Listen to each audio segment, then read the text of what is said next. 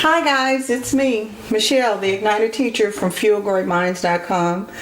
Today I want to share with you my fraction concept using color tiles. A lot of teachers ask me how do I introduce fractions to my students. I also have sold one of my products on my website using color tiles. So I want to give you just a little introduction. I'm going to be doing a series of videos on fractional concepts because I think it's important. Fractions are basically the introduction to algebraic concepts, and a lot of students struggle in middle school math because they don't understand fraction concepts. So let's get started. The way that I normally introduce a lesson with fraction concepts, I start real basic. One of the things that I notice with students is that they don't understand part to whole relationships. They understand, okay, if I have one blue color tile out of 4 is 1/4, but they don't really understand that each part is 1/4 of a whole, which gives us the total, which is 4/4. And I like the way that Common Core breaks down the fractional concept because it makes teachers teach the unit fraction. So the students know that one red tile is 1/4, then I have 2/4, 3/4, and 4/4 is one whole. Also, it helps the students to understand how to add fractions, and you don't have to really use or teach kids fractions or how to add fractions in isolation. When you teach the unit fraction, the kids automatically understand that I'm talking about 1/4, 2/4. We're not adding that denominator, which is a common misconception for a lot of your struggling learners. Well, I start with this, and the kids understand that, okay, I have 4/4. Each tile represents the unit fraction. 1/4, 1/4, 2/4, 1/4, 3/4, and 4/4 is one whole. Well, we'll go ahead and replace the one red color tile with a blue color tile. And the kids automatically understand that, okay, 1/4 of the color tiles are blue. But in second or third grade, they say, how many are not blue? So that throws the kids for a loop because they haven't had really any concrete work with fractions and understand, okay, if 1/4 is blue, then how many are not blue?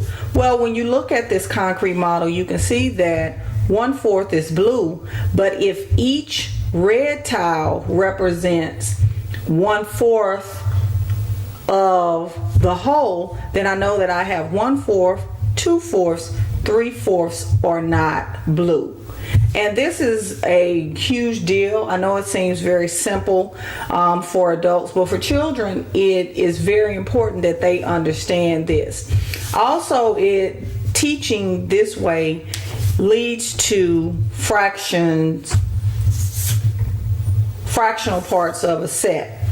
So, fractional parts of a set are very important because when they get to 4th and 5th grade, the students start to simplify fractions. And when you simplify fractions, you're using division to simplify that fraction. And if children can understand that fractional parts of a set, so if I have 2 blue and I have 4 in all, what fractional part of the set is blue? So you can say that 1/2 of the set is blue. And this is monumental and huge for kids to understand because, like I said, in that when they move on to 4th grade, it becomes a huge deal. So say, for instance, I have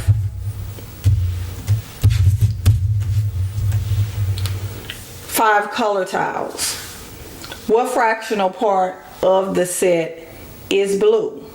So they could say that 1 well, 2/5 of the set is blue and 3/5 of the set is not blue. Okay, so we're talking about fractional parts of a set. When you're introducing fractional parts of a set, you have to be careful not to inadvertently create misconceptions. So try not to keep your fractions or sets in a straight row, because the kids, without you saying it, you're saying that, okay, they're always going to be in a straight row, and that's not necessarily true. So you have the children, you can put them in a plastic bag and have the kids pour them out and then organize them. Oops, I lost one of mine. And have them organize them. And they'll naturally put them in a row, which they need to understand that that's something that they have to do, and it's not going to always be like that. So the idea is to start with things that are alike and then progressively move on to things that are different. So for example, I have a total of 5 objects, but what fractional part of the set are 2 colored counters? Well, 3/5 of the set are 2 colored counters. Then you could ask the question, well, what fractional part of the set are squares? Well, some kids may say, well, because they're different colors. No, but the question asks, what fractional part of the set are squares? So you could say 2/5 of the fractional part are squares, and it has to be reasonable. And that's where that comes in. Like a lot of my 5th graders, they don't even understand that, about reasonable. Is it reasonable? Well, it has to be reasonable, because if 3/5 are 2 color counters and 2/5 a square, 3/5 plus 2/5 equals 5/5. So it's reasonable because we know that 3 plus 2 equals 5, and we have a total of 5. Another question that you could ask, well, what fractional part of the set is blue? Well, 1/5 is blue. What fractional part of the set is red? Well, 1/5 is red, and vice versa. Well, you could say, and also another question that you could ask is what fractional part of the set are not 2 color counters? Well, 2/5. And it's just different ways to get the kids to think about fractions. This is very, very important for students in 2nd and 3rd grade, because what happens is when the students go to 5th grade, they struggle with this basic concept because they haven't had a lot of work. And concrete models. I know that Common Core is pushing the area model, but before you give the kids an area model, and if a lot of you all don't understand, the area model is this.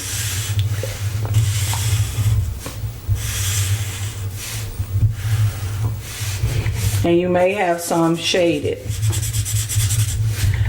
Before you give the children this, please give them some fractional models that have nothing to do with this, because what the children are having to do is transfer and apply what they know about fractions and the role of the denominator to this area model. And also, when the kids are in 4th and 5th grade, they're using the area model to generate and simplify fractions. And the area model is a very, very high capacity model. It is the last model that I use with my students. I tell a lot of the 2nd and 3rd grade teachers, do not use the area model as your first resort, because the students will definitely get confused because they haven't had any work with concrete models or sorting and identifying fractional parts of a set or fractional parts of anything.